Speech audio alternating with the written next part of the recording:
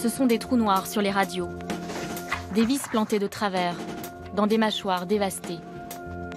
Les dents absentes, les dents volées, mal soignées.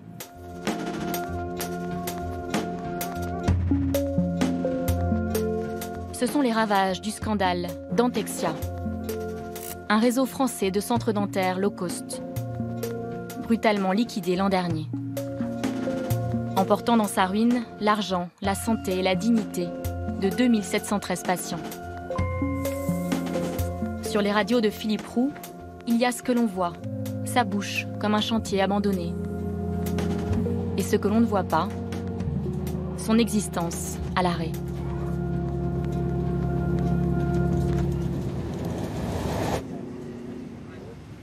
Essayez d'imaginer une vie avec la moitié de vos dents en moins. C'est le quotidien de Philippe depuis maintenant 3 ans.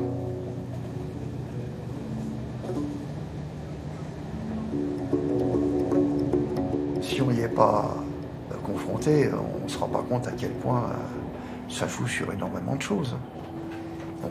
On ne parle pas de la même manière. On ne peut pas sourire. On ne peut pas manger. On ne peut pas sortir, se distraire. Vous allez faire un sourire à une femme qui vous plaît.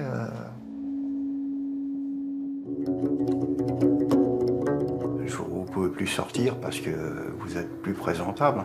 Parce qu'il ne faut pas se voiler la face. On est plus présentable. Et ben, tout ça, ça s'arrête. Ça essole énormément, quoi. Philippe a passé sa vie à sillonner les rues de la banlieue parisienne sur son vélo de facteur. À 67 ans, il imaginait autrement sa retraite que cet horizon brusquement rétréci aux 4 murs de sa maison. Un défilé d'heures et de repas sans consistance. Philippe ne peut plus manger que des aliments mous. Le petit déjeuner, c'est peut-être ce qu'il y a de plus agréable. Je vais même changer la formule, ce qu'il y a de moins désagréable. Parce que le reste, ça n'a plus rien d'agréable. Parce que là, vous n'avez plus de dents en haut, c'est ça? Je peux vous montrer. Ça me posera de problème. Vous avez juste des implants qui dépassent? Bon, le bas, ça va à peu près, mais les implants font souffrir. Philippe devait normalement porter un dentier provisoire. Mais le provisoire a duré et le dentier est désormais hors d'usage. Je vais vous montrer l'état dans lequel il est, vous allez comprendre très vite. Il est tout noir, c'est pas très appétissant. Et puis, il me blesse. Au départ, Philippe n'avait qu'un bridge de 3 dents à remplacer par des implants. Des soins non remboursés par la sécurité sociale. Il s'adresse à un dentiste libéral, mais le devis est trop élevé pour sa petite retraite. C'est un peu tout ce qu'on m'a fait chez Dentexia. Dans ce cabinet dentaire d'un nouveau genre, on lui vend un merveilleux projet. Une restauration complète de sa dentition. Bon, ça, c'est la politique de Dentexia, qui appelle ça la réhabilitation globale de la bouche. Devant la promesse de retrouver le sourire de sa jeunesse, Philippe signe pour 13 implants. Finalement, le devis est plus élevé que celui de son dentiste libéral. Les économies de toute une vie, 14 944 €, à régler de sa poche, et tout de suite. Chez Dentexia, on paye avant de se faire soigner. Et ça représentait une somme importante pour vous? Bien sûr. J'ai cassé ma tirelire. Hein. Mais pour moi, je m'étais dit, de toute façon, je casse ma tirelire. Mais les dents, c'est important. Je fais ce sacrifice. Il y en a qui s'achètent une voiture. Moi, je préfère rouler avec une vieille voiture qui a 13 ans, même faire mettre des implants, quoi, que je sois tranquille. On m'avait garanti que je serais tranquille à vie.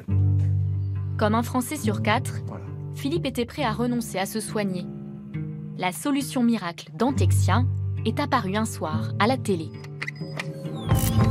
Un reportage diffusé dans le magazine 7 à 8 sur TF1, où l'on parle d'une petite révolution. Les centres dentaires à bas coût. Un nouveau type de cabinet, les cabinets low cost, sont venus secouer le monde dentaire. Pour les couronnes et les implants, ils affirment pratiquer des tarifs jusqu'à 3 fois inférieurs à la concurrence. Dentexia est un pionnier. Ce n'est pas une entreprise, mais une association à but non lucratif. Il suffit de lire les statuts, altruistes. Favoriser l'accès aux soins dentaires à toutes les catégories sociales, et notamment aux personnes démunies, avec des moyens techniques performants. 5 ans plus tard, le généreux projet Dentexia s'est transformé en cauchemar. Un scandale sanitaire et financier. Le scandale des 100 dents.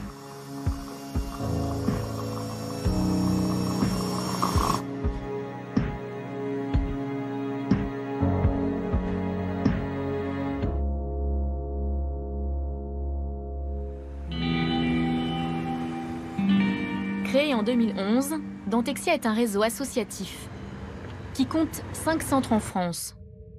3 à Lyon, 1 à Chalon-sur-Saône et 1 à Colombes. Un centre affilié à Saint-Lazare et 2 cabinets associés, Pagès Poincaré à Paris et King à Marseille. Il n'en reste aujourd'hui qu'un centre désaffecté dans la banlieue de Lyon. Et très peu d'anciens salariés pour oser dire qu'ils y ont travaillé. Une employée accepte de nous parler, mais elle souhaite rester anonyme. Nous l'appellerons Marie. Nous lui demandons de nous faire visiter les vestiges d'une belle idée. Bon, eh bien, nous voilà à l'accueil de ce qui fut Dentexia. Les patients étaient accueillis ici. À l'intérieur, tout ou presque est resté comme à l'époque où le centre avait les honneurs du JT. Bonjour, monsieur Pelletier. Oui, très bien, je vous fais Des équipes de télé venues raconter le prodige Dentexia. Pour baisser les prix, son créateur Pascal Station recycle une doctrine bien connue. Le taylorisme, la division des tâches. Le dentiste, chez nous, va n'être que dentiste à plein temps. Il ne sera ni comptable, ni secrétaire, ni logisticien, ni stérilisateur, ni prothésiste. Les principes du travail à la chaîne, appliqués à la santé. Donc on avait là un cabinet d'un des dentistes. Il a encore tout son matériel, visiblement. Il pourrait presque revenir.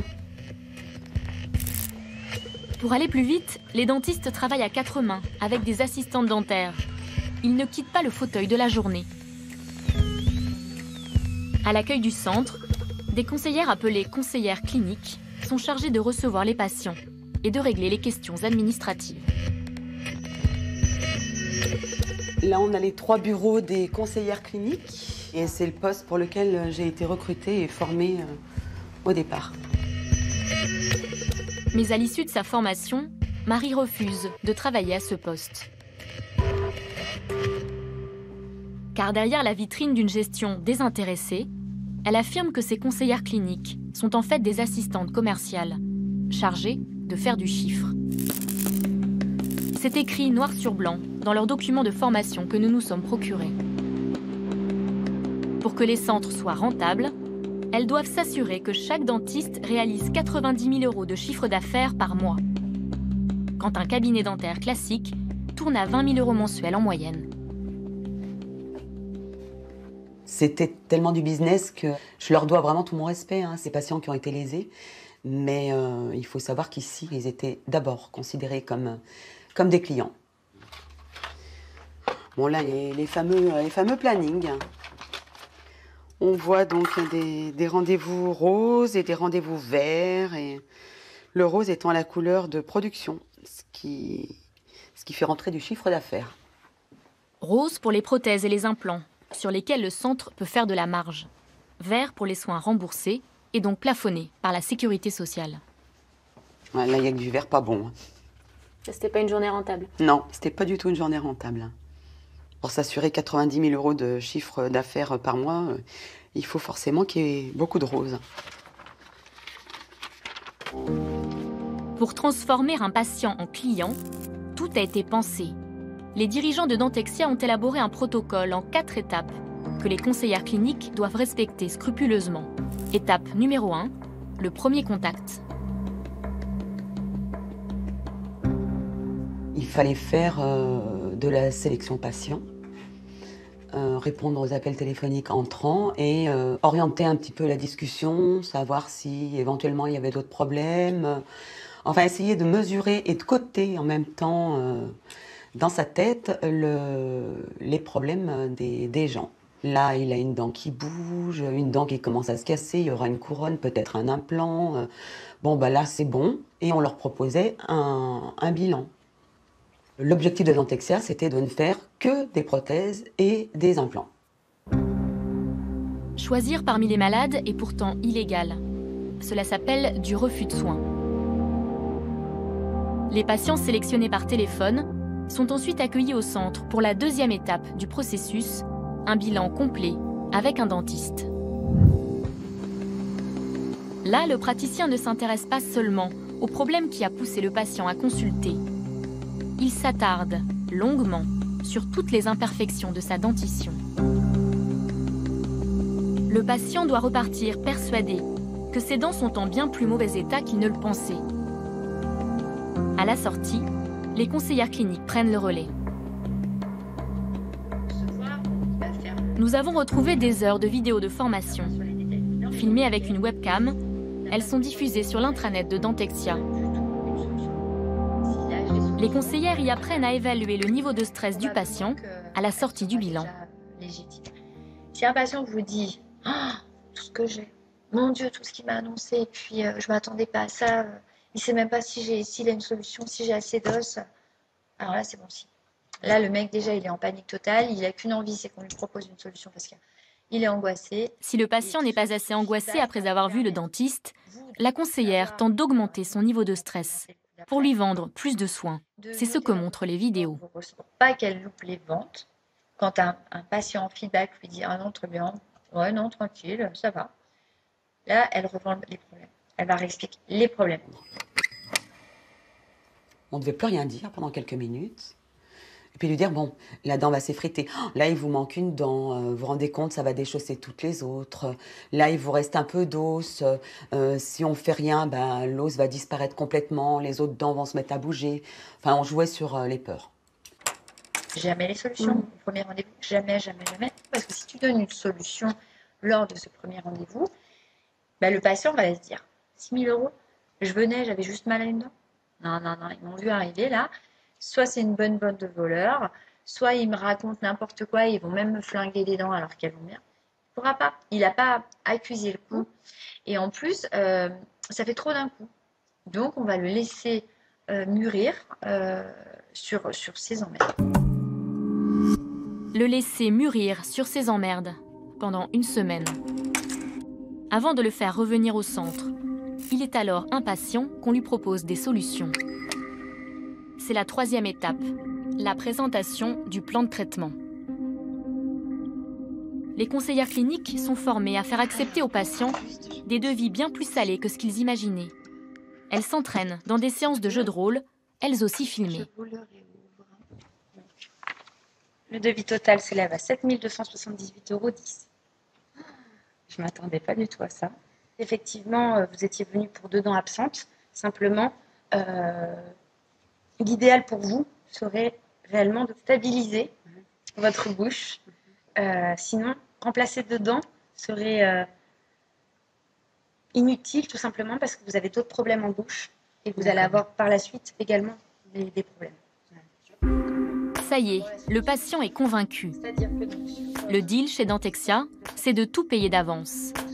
Une pratique inhabituelle pour un établissement de santé. Alors si le patient rechigne à accepter le devis faute de moyens, là encore, l'association a la solution.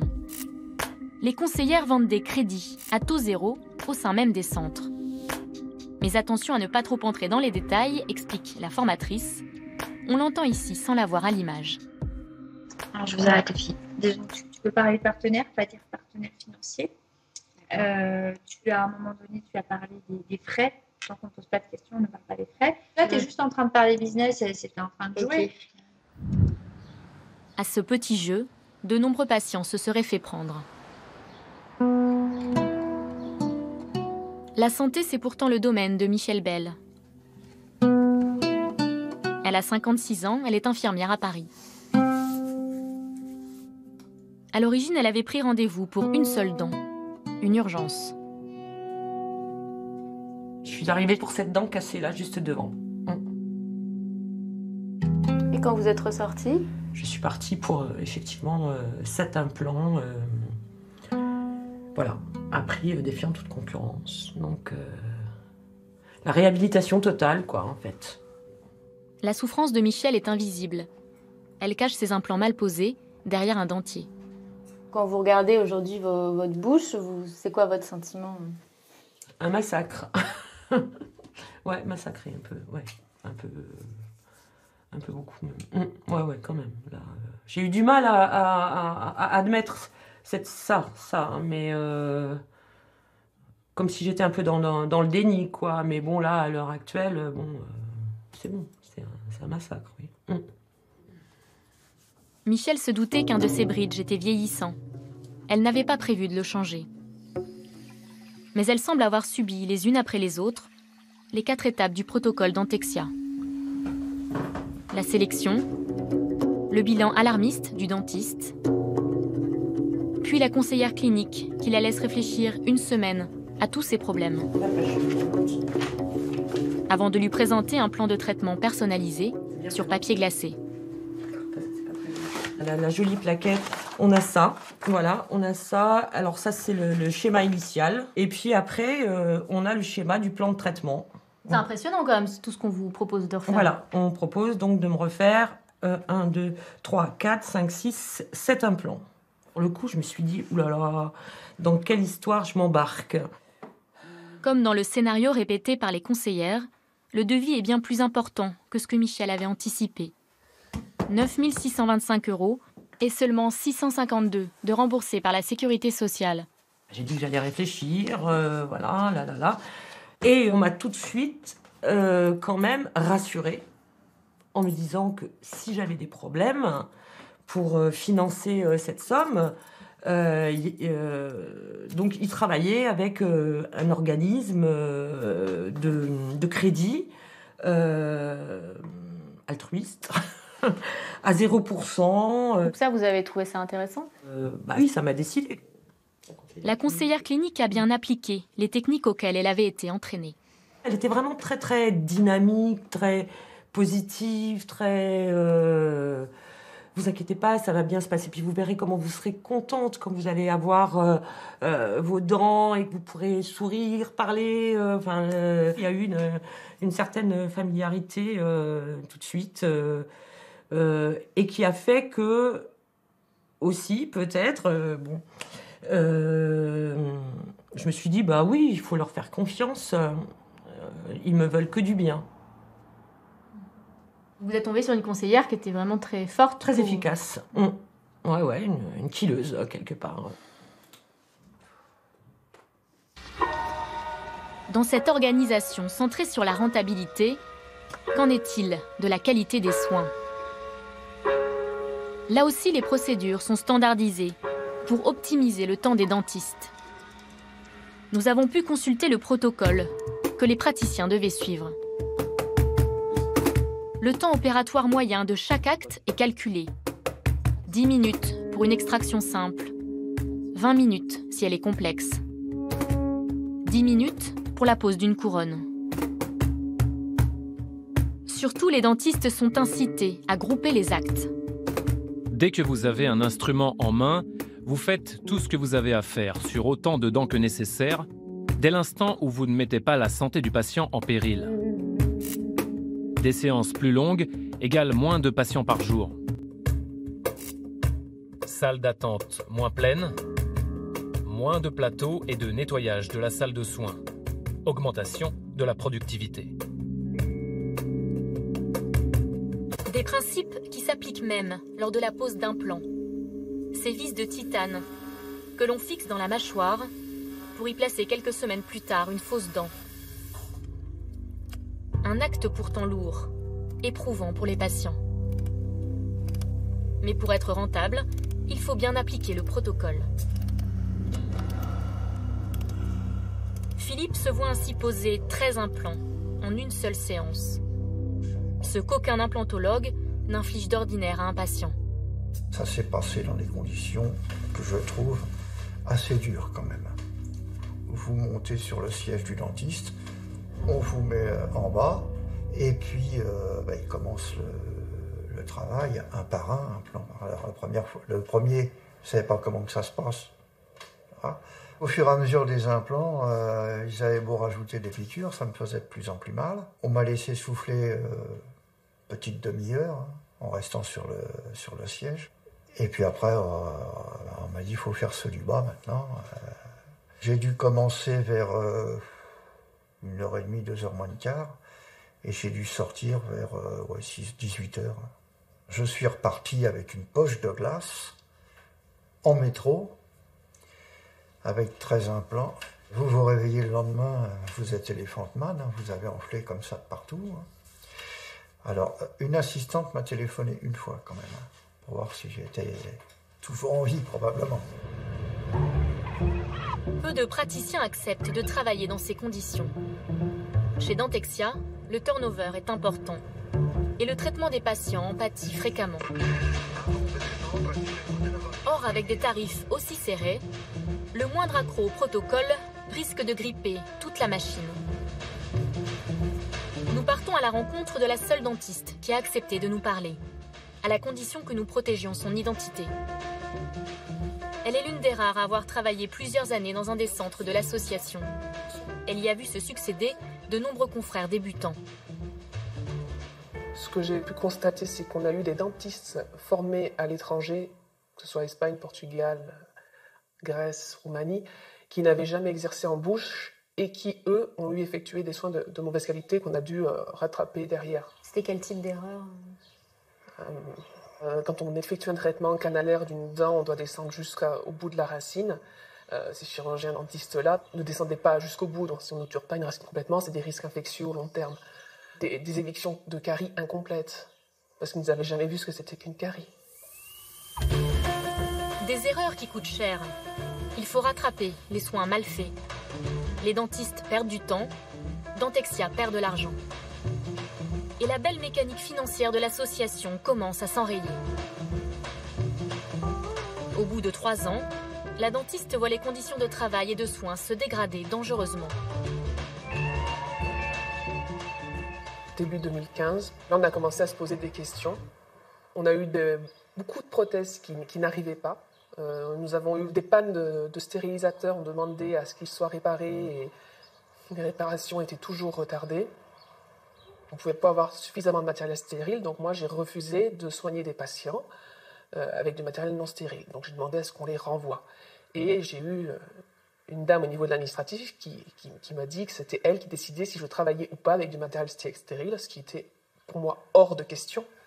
Je suis partie. Pour économiser, Dentexia doit se fournir à l'étranger. Acheter des prothèses et des implants moins chers, de moins bonne qualité. Bientôt, l'association ne peut même plus les payer. Pour faire rentrer de l'argent frais, la direction incite les conseillères cliniques à trouver de nouveaux patients, à qui faire signer de nouveaux plans de traitement, qu'eux aussi paieront d'avance. Pour les autres patients comme Michel, les soins s'espacent. Elle a ses implants mais toujours pas les dents qui vont avec. Elle met de nombreuses semaines à obtenir un rendez-vous. 13 novembre 2015, effectivement, c'était la fin des soins, on va dire. On me mettait mes prothèses, mes dents sur les implants. La jeune femme que j'avais jamais vue auparavant, qui était encore nouvelle, elle s'est évertuée à essayer de fixer ça, de bien... Et puis ça n'allait pas. Tout était de travers, de guingois, je ne sais pas, il y avait des dents qui étaient hautes, d'autres plus basses. Ça n'allait pas du tout, je ne pouvais pas fermer la bouche. Elle était vraiment, franchement mal à l'aise. Et pour m'annoncer finalement, en dernier recours, que ça n'allait pas, qu'il allait falloir reprendre des empreintes et renvoyer tout ça au laboratoire. Michel n'aura jamais ses prothèses. Dentexia est en cessation de paiement. Le 24 novembre 2015, l'association est brutalement placée en redressement judiciaire. Les patients sont pris au dépourvu.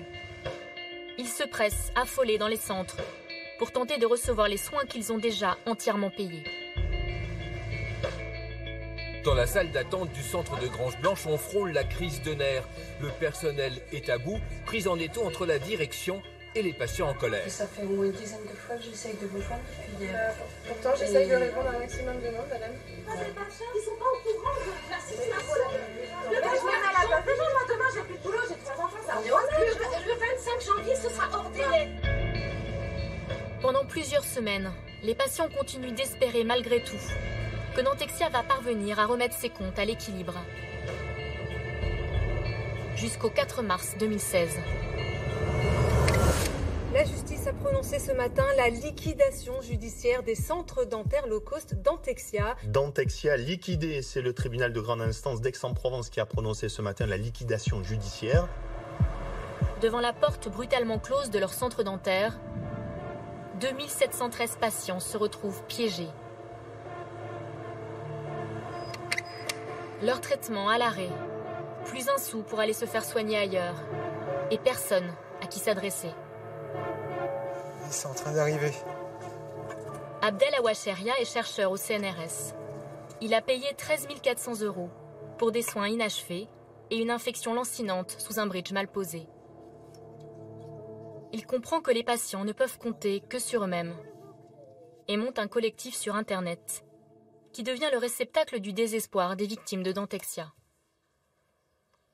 En un an, Abdel reçoit 22 000 mails. Salut Abdel, j'ai le moral de plus en plus bas. Le seul dentier que je possède ne tient plus. Bonsoir Abdel, je vous écris ce soir quand je suis au bout de mon désespoir. Nous avons été et nous sommes que de l'argent, ni plus. On m'a tout arraché. On me laisse sans rien mettre. Bouche vide 24 heures sur 24. J'ai peur que ça puisse affecter ma vie de famille. Je cherche à retrouver un peu d'estime de moi. Sourire, je l'espère à nouveau un jour. Je suis dépité, je ne mange plus. Faut-il un mort pour que quelqu'un réagisse? S'il vous plaît, je vous en supplie, en toute humanité, s'il vous plaît, je ne vois que le suicide pour essayer de voir si l'on peut sourire et manger dans l'autre monde. Bref, marre de cette situation inhumaine. Bonne soirée. Merci.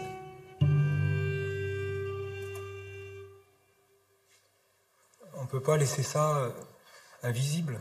Il faut que ça soit dit, il faut que ça soit montré, il faut que ça soit connu. C'est une souffrance qui parfois est insupportable et qui amène certaines victimes à vouloir attenter à leur jour. C'est quand même pas rien. Et c'est profondément perturbant de se dire qu'on en est arrivé là. Et c'est d'autant plus perturbant qu'on n'a pas de solution à dérouler. Au moment où on lit ces messages, où on en prend connaissance, on ne sait absolument pas si on pourra trouver une solution. La situation est inédite. Aucune autorité sanitaire n'a anticipé les risques que pouvait présenter le développement de centres de soins, gérés comme des entreprises, tournées vers le profit.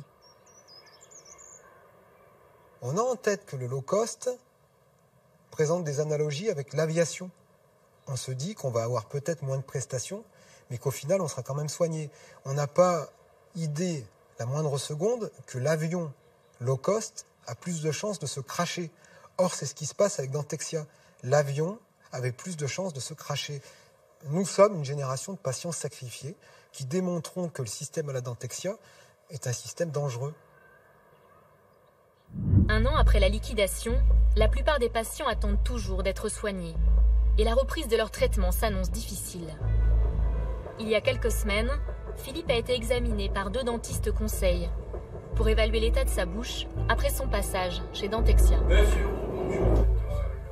Content de vous revoir. Bonjour monsieur le recteur. Ils ont accepté de nous montrer lors d'un nouvel examen les problèmes qu'ils ont constatés. Avec la manière dont ces implants ont été posés, on va avoir beaucoup de mal à poser une prothèse qui soit cohérente. Des problèmes d'adaptation. Il y a des problèmes d'adaptation aux implants. Oui, il y a des problèmes d'adaptation. Les 13 implants de Philippe devront être retirés. Sa mâchoire comblée par une greffe d'os, avant de pouvoir lui poser de bons implants et enfin des dents. De nouveaux soins éprouvants à venir, mais selon les dentistes, dans le cas de Philippe, ce n'est pas le plus grave. Voilà, ça méritait d'être sauvegardé complètement. Tout ça. Oui, tout ça. Les derniers piliers. Tout ça, ça se garde. Là, on est vraiment sur des extractions qui ne sont absolument pas justifiées. On m'a dit qu'il n'y avait pas le choix parce que les racines étaient pourries. D'accord. Oui, j'ai fait confiance. On ne partage pas cette on opinion. On partage pas cet avis. Quand vous êtes moi, je suis pas d'accord. impatient et que un bien praticien sûr, vous dit ça, vous faites confiance. Le fait de retirer toutes les dents, c'est un massacre. Moi, je vais appeler ça une mutilation. Une mutilation, c'est le terme juridique pour des dents arrachées sans raison médicale. Une infraction pénale passible de 10 ans de prison. Philippe a porté plainte. Ça me fait mal au cœur. En plus, 3 ans de perdu. Les souffrances de 13 implants le même jour, etc. etc. Tout ça aurait pu être évité. C'est quoi votre sentiment aujourd'hui par rapport à ça? Beaucoup d'amertume. Beaucoup d'amertume. Nous avons voulu en savoir plus sur l'homme derrière ce scandale sanitaire. Le fondateur de Dentexia n'est pas dentiste. Titulaire d'un MBA d'HEC, Pascal Station se présente comme un professionnel de l'organisation. C'est lui que l'on voyait dans les reportages vanter les mérites de sa fabuleuse méthode pour rendre les soins dentaires accessibles. Il est décrit comme particulièrement charismatique par ceux qui ont travaillé avec lui. Pascal Station a accepté de répondre à nos questions, non sans quelques a priori. Il semble avoir une petite dent contre nous. Quand je m'énerve, j'ai tendance à parler plus vite et à bouffer les mots. Vous faites un petit signe pour dire... Comme je sens qu'elle va m'énerver, si vous voulez. Pascal Station défend toujours sa recette miracle, qui s'est heurtée, selon lui, aux mentalités conservatrices du petit milieu dentaire. Quand on dit productivité à un dentiste, on fait un gros mot.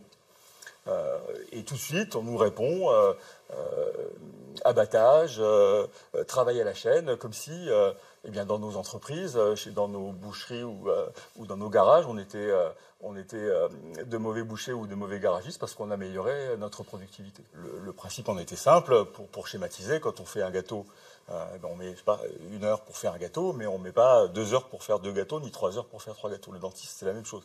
Poser un implant, ça dure un certain temps, mettons 2 heures.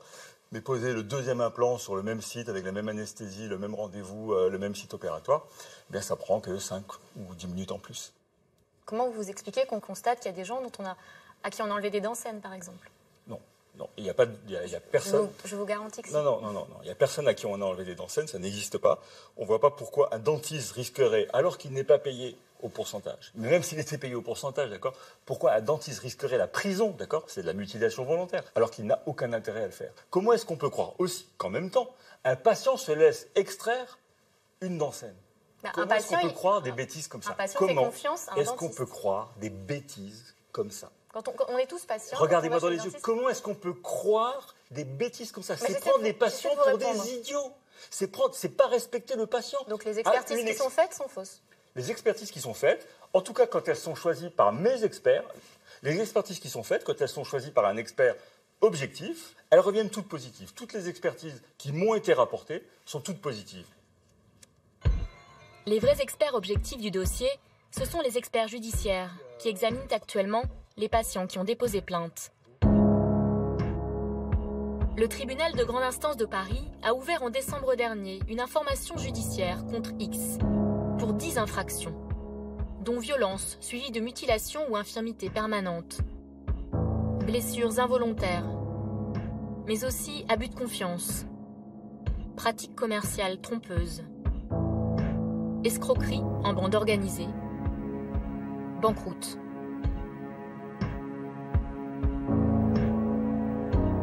L'association a été liquidée avec 22 millions d'euros de dettes, selon le mandataire judiciaire. Pourquoi un tel passif en seulement 5 ans d'existence? La justice enquête sur des mouvements d'argent suspects liés au contrat de crédit comme celui que Michel a signé. Dentexia travaillait avec 2 partenaires financiers, Sofemo et Franc Finance, une filiale de la Société Générale. Nous vous remercions de la confiance que vous nous avez témoignée en faisant appel à Franc Finance lors d'un récent achat. Les intérêts de votre crédit sont pris en charge par le vendeur. C'est pas mal, hein? Vous avez eu le sentiment d'acheter quelque chose?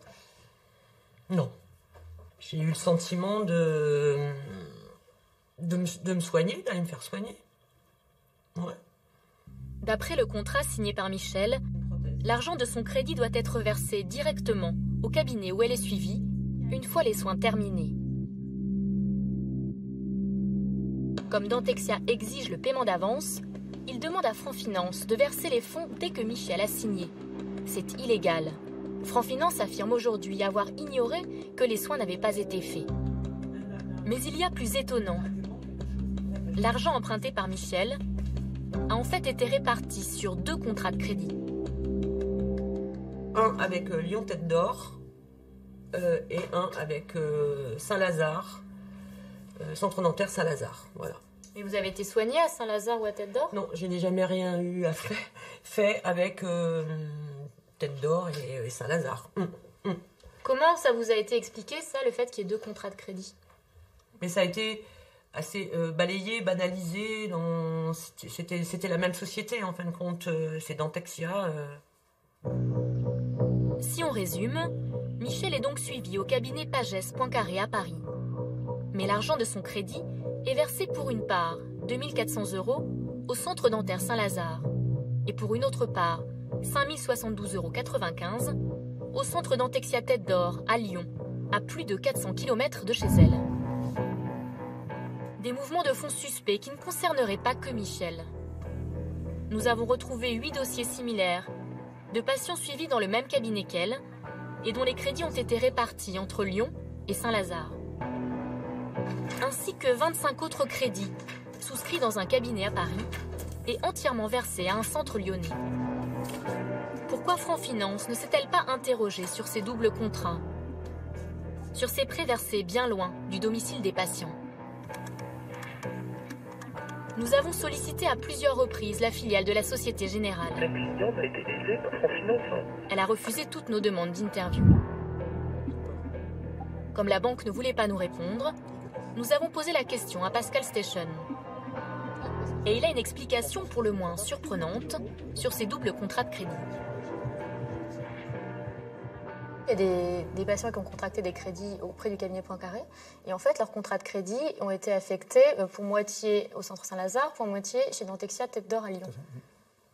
Pourquoi? Parce que la moitié du plan de traitement a été fait à Saint-Lazare et l'autre moitié... il y avait 15 000 patients, je ne connais pas les dossiers dont vous parlez, mais j'imagine que si l'argent a été affecté à la moitié là et la moitié là, c'est que le travail a été fait à moitié là et à moitié là. Non, ce sont des patients qui n'ont jamais été à Saint-Lazare ni à Lyon. Mais c'est des patients qui n'ont pas encore été à Saint-Lazare ou pas encore été à Poincaré, puisque les plans de traitement se déroulent sur des mois. C'est pas cohérent si on habite à Montreuil, par exemple, d'aller se faire soigner à Lyon. Non, on ne va pas se faire soigner le plus près possible de chez soi. On va se faire soigner. Là, il y a des gens compétents pour vous soigner. C'est quoi ce truc de proximité là? Ça n'existe pas. J'ai parlé à ces patients, on leur a jamais dit vous devrez aller vous faire soigner à Lyon. Non, on leur a jamais dit, tout à fait. Après plusieurs minutes d'échange, Pascal Station avance une autre raison possible, un peu moins extravagante. Je ne sais pas, je ne connais pas le dossier, quoi. D'accord. Peut-être qu'il y a eu une cession de créances. Peut-être que les centres se sont dit, on se doit de l'argent entre nous et on va faire une cession de créances, c'est-à-dire qu'on va signer avec la banque le fait que cet argent est à moi, mais je vais l'affecter à quelqu'un d'autre. Je ne sais pas ce qui s'est passé. Je faisais 47 millions d'euros pendant la période de Dentexia et vous, de manière malhonnête et manipulatoire, vous me demandez de justifier des fonds qui n'ont aucune importance. Pour les gens qui les ont payés, ces fonds ont de l'importance. Tout à fait, ça a de l'importance. C'est pour ça que vous auriez mené le dossier avant, je vous aurais dit ce qui s'est passé. Après l'interview, nous avons envoyé par mail à Pascal Station la liste des doubles contrats.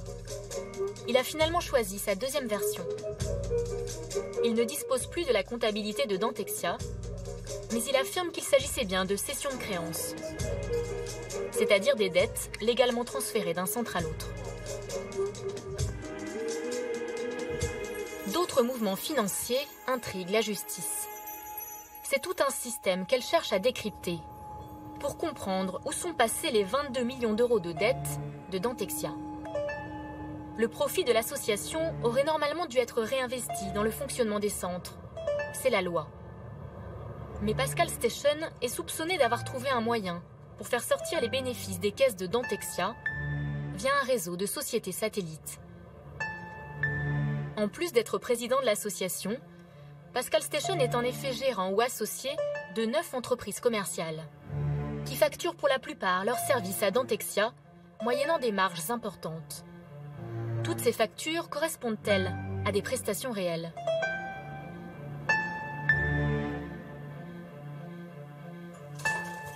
Dans un rapport, l'IGAS, l'Inspection Générale des Affaires Sociales, s'interroge sur le montant élevé des honoraires des sociétés de conseil de Pascal Station. Efficience odontologique et surtout créer patrimoine, domicilié à l'époque à l'adresse personnelle de son dirigeant. En 2015, Pascal Station aurait touché 268 800 € via cette société, alors que Dentexia est déjà très endetté. Pour l'IGAS, ce sont ces transferts d'argent qui auraient coulé l'association. Le rapport dénonce, sans détour, un système qui a organisé une gestion déficitaire, conduisant à une mise en liquidation programmée. La responsabilité de cette liquidation ne peut qu'être imputée à l'association Dentexia et à son président. Il y a une société que j'ai trouvée qui s'appelle Créer Patrimoine.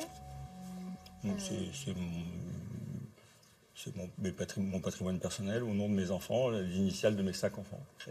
Et Créer Patrimoine, du coup, ne travaillait pas pour Dentexia. Créer Patrimoine ne travaillait pas pour Dentexia. Il faut bien que, après que le tribunal ait fermé du jour au lendemain, il a bien fallu que je vive et que je paye mon loyer, que j'élève mes 5 enfants. Et apparemment, il y a des factures qui ont été faites au nom de Créer Patrimoine envers Dentexia. Des factures des honoraires de management commercial. 2015, 268 800 €. Ah oui, tout à fait.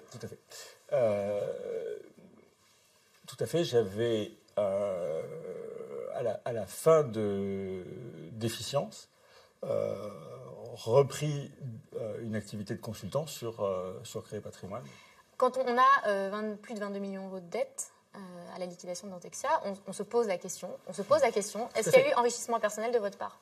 Mais pourquoi est-ce qu'on veut faire de cette idée éthique et altruiste quelque chose avec des montages financiers, avec du surtraitement, avec faire du mal aux patients? Si j'avais voulu arnaquer quelqu'un, j'aurais choisi autre chose que la dentisterie et choisi autre chose que de prendre de l'argent à des gens qui n'en avaient pas, quoi. Si on veut détourner de l'argent, on s'y prend pas comme ça, quoi. Et puis surtout, on se fait pas avoir, quoi. C'est pas comme ça que ça marche, la vraie vie, quoi. Vous l'aurez compris, Pascal Station considère qu'il n'est en rien responsable de la faillite de son association. Pour lui, le vrai coupable est une institution, l'Ordre national des chirurgiens dentistes.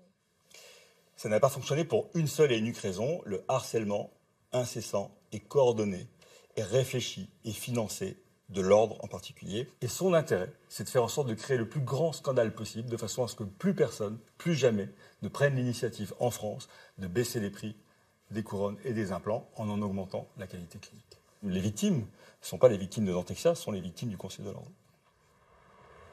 Pascal Station accuse le puissant Conseil de l'Ordre de pression sur ses praticiens et ses fournisseurs. À leur ouverture, l'Ordre s'intéresse en effet de près à ces centres dentaires, qu'il voit comme une concurrence déloyale, comme le relève un rapport de la Cour des comptes. L'Ordre mandate des avocats pour enquêter sur le fonctionnement de Dentexia. Dès 2012, il signale au ministère de la Santé la sélection des patients et le réseau de sociétés qui gravitent autour de l'association. Une lettre restée sans réponse, comme d'autres signalements. Sans dents mais pas sans voix, sans dents mais sans argent. Les membres du collectif contre le centre dentaire low cost sont venus de tout le sud-est de la France pour rappeler qu'ils existent bel et bien. C'est seulement 4 ans plus tard, devant le désespoir des 2713 victimes déclarées, grâce à l'action d'Abdel et du collectif, que l'État prend conscience que le problème est en fait lié au statut même des centres dentaires. Les racines du mal sont dans la loi. La loi Bachelot de 2009, qui a permis aux centres de santé d'ouvrir sans autorisation ni contrôle préalable des autorités. Depuis, une simple déclaration suffit.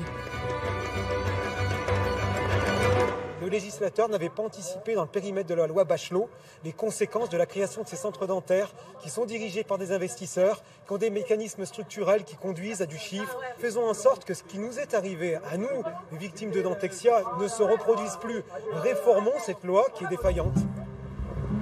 Début 2017, le ministère de la Santé prépare une ordonnance pour réformer la loi Bachelot, mais l'abandonne finalement en mars sous la pression des centres associatifs et mutualistes. À ce jour, leur fonctionnement ne pose pas de problème. Mais en théorie, rien n'empêche des investisseurs mal intentionnés de profiter du business des centres dentaires au détriment des patients. Rien n'empêche, un nouveau Dentexia.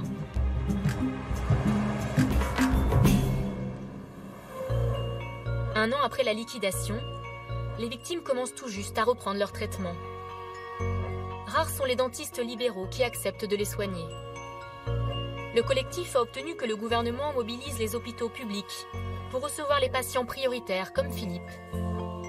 Aujourd'hui, il est accueilli à l'hôpital Rothschild à Paris pour un examen. C'est le rendez-vous de la dernière chance. Je vais tout essayer, ça fait 3 ans que je me bats. Si ça ne marche pas aujourd'hui, je ne vois pas ce que je peux faire de plus.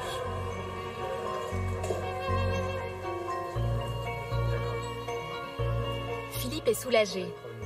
L'hôpital accepte de reprendre et de terminer son traitement. Dès que l'ensemble aura un peu cicatrisé, on réenvisagera la reconstruction et la mise en place d'un plan.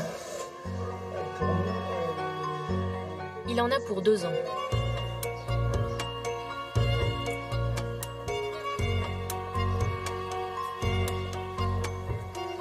C'est quoi la première chose que vous ferez quand vous aurez vos nouvelles dents?